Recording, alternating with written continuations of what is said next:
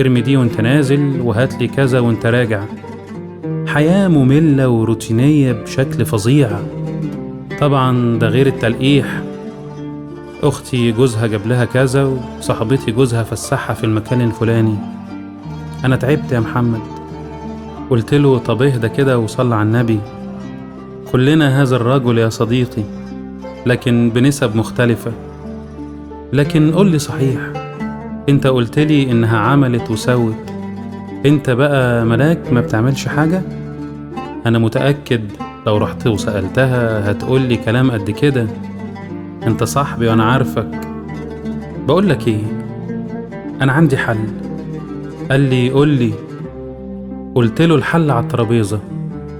قعد يبص على الترابيزة اللي قاعدين عليها. قلت له انت بتبص على ايه؟ قال لي مش قلت لي الحل على الترابيزة؟ ضحكت وقلت هنتفق على خطة وإن شاء الله يكون فيها الشفاء، وحتى لو بنسبة بسيطة. المهم إن الدنيا تتعدل شوية.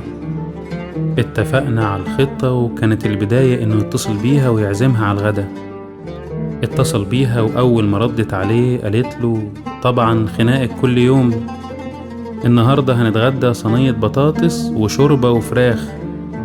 قال لها بس احنا النهاردة مش هنتغدى في البيت، لأني عازمك على الغدا برا، البسي كده وتشيكي وأنا جايلك. قالت له متشكرة، خيرك سابق. قال لها طب اخلصي كده وبطلي دلع، ساعة وجايلك. قفل السكة وقلت له كده تمام، أول خطوة نجحت. هسيبك بقى يا عم الملاك، ولما تخلص كلمني. المهم خلص القعدة واتصل بيا. قلت له طمني، قلقتني يا عم، عملت ايه؟ قال لي عملت كل حاجة اتفقنا عليها. فت عليها في الميعاد، لقيتها نازلالي بطقم شيك جدا كنت مختاره على ذوقي، وزي ما اتفقنا صفيت نيتي. طول ما انا ماشي عمال ادعي ربنا واقول يا رب مش عايز البيت ده يتهد، يا رب اجعلنا خير لبعض وما تفرقنا ابدا. قعدنا واتغدينا، وكل واحد فينا عمال يبص للتاني باستغراب، ومحدش فينا بيتكلم، لكن كان واضح في عينيها انها مبسوطة. ومخبيش عليك، انا كمان كنت فرحان. خلصنا الغدا وشربنا حاجة ساقعة، وبدأت اتكلم. قلت لها هو احنا ليه بنموت بعض وبنيجي على بعض ونبهدل في نفسية بعض؟ طيب هو احنا عايشين قد ايه؟ طب هو حد فينا ضامن عمره؟ ده اللي فات من عمرنا مش قد اللي جاي. ده الوقت اللي احنا عمالين نعاند بعض فيه وعايشين الند بالند.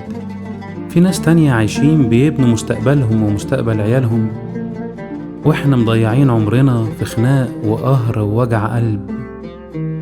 انا عارف ان في حاجات كتير بتضايقك مني، زي ما في حاجات كتير بتضايق. تنازل شوية عن شوية حاجات. احنا لازم نبص لنص الكوباية المليان شوية.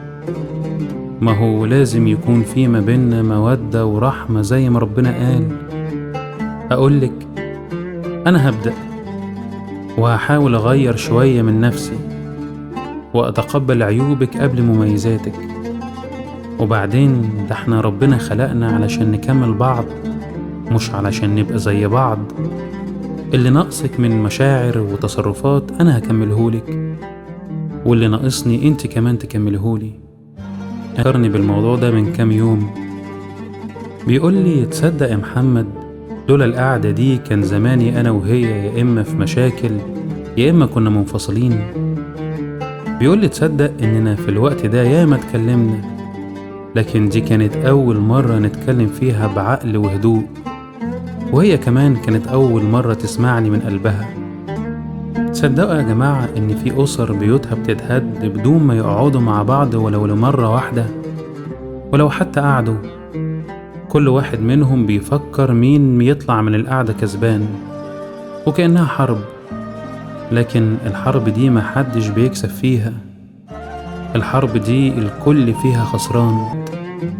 وما تدخلوش حد ما بينكم، لأن ببساطة لو الطرف ده مش حكيم ومنصف هيكون سبب كبير في خراب البيت، حتى لو ما كانش يقصد. وبعد ما يقول الكلمتين يروح بيته وينام في حضن عياله ومراته، ويسيبكم انتوا تاكلوا في بعض.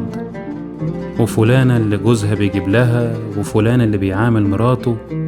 مش هو ده اللي هيخليكم مبسوطين. خليكم في حالكم وعلى قد ظروفكم.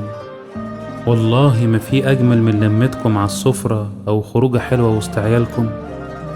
فحافظوا على بعض، وشيل مراتك في عينيك وانت شيلي جوزك على راسك، واوعوا تناموا وانتم مزعلين بعض، لأن محدش فيكم ضامن هيصحى ولا لأ. ولو حصل ما بينكم مشكلة فالحل على الترابيزة. إلى اللقاء.